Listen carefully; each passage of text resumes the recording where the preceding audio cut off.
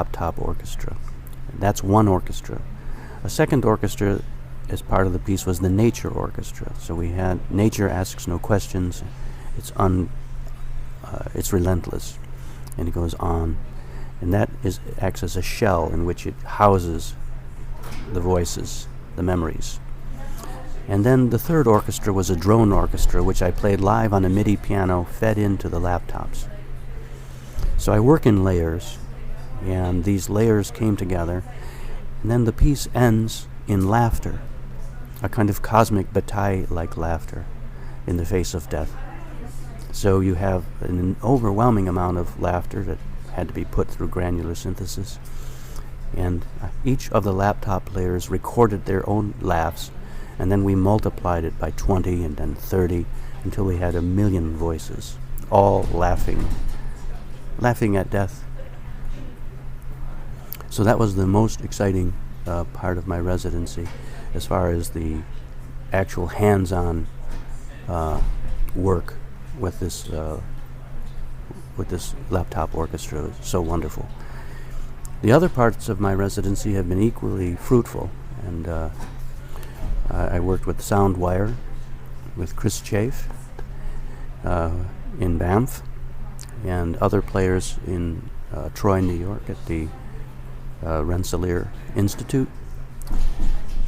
And I created for them an acupuncture piece in music with Chrissy Nanu at the piano. And the acupuncture piece, I played my doctor. I played Dr. Chen. But the piece is really about what brought me to Stanford. I was sick with bronchitis, and I had received a prednisone burst, what they call a prednisone burst. And for some people, prednisone opens up a neuropath in the brain, which causes panic. And I thought, how can I make this work for me? I created this piece called Body Trap in order to heal this neuropath and create new neuropaths. So the first 5 minutes of the Body Trap is about a panic run. And I found a runner, and I used fragments from Alban Berg's Lulu, because I thought the most angst-ridden music I could discover would be the fragments of Lulu. I thought to myself, what would happen if Alban Berg had had acupuncture? I don't say we wouldn't have had Lulu, I think we would. But maybe Berg wouldn't have developed that carbuncle and died. So I was really trying to say no to this fatalism, because I was very much attracted to these people who don't step off the carpet. These difficult artists, Schubert, Caravaggio, Gesualdo, Berg. They go deeper into one thing, and I often die from it. I didn't want to die. So I wanted to change my thinking.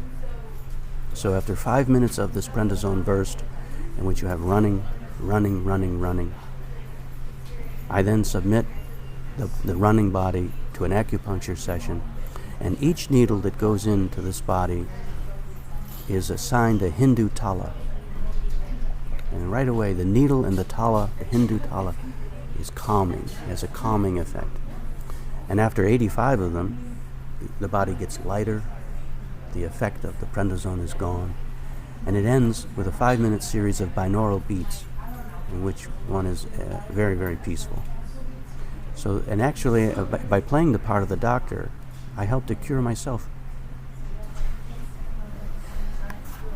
So, both of the pieces you've just described, which were featured in performances here on campus about a week ago, in March 2009, are really excellent examples of the sort of multi-layered, interdisciplinary nature of your work.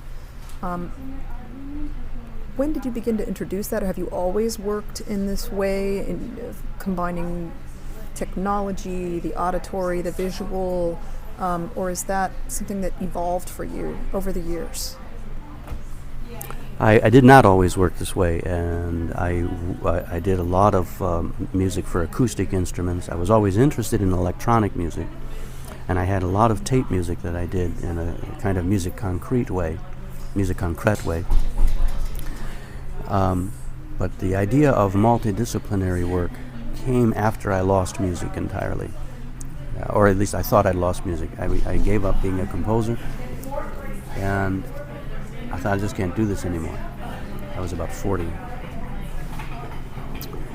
And after that, my pieces began to change. First off, I stopped writing. When I came back to music, I started to play with an improvisation group. And so the first thing what led me to multidisciplinary techniques is improvisation.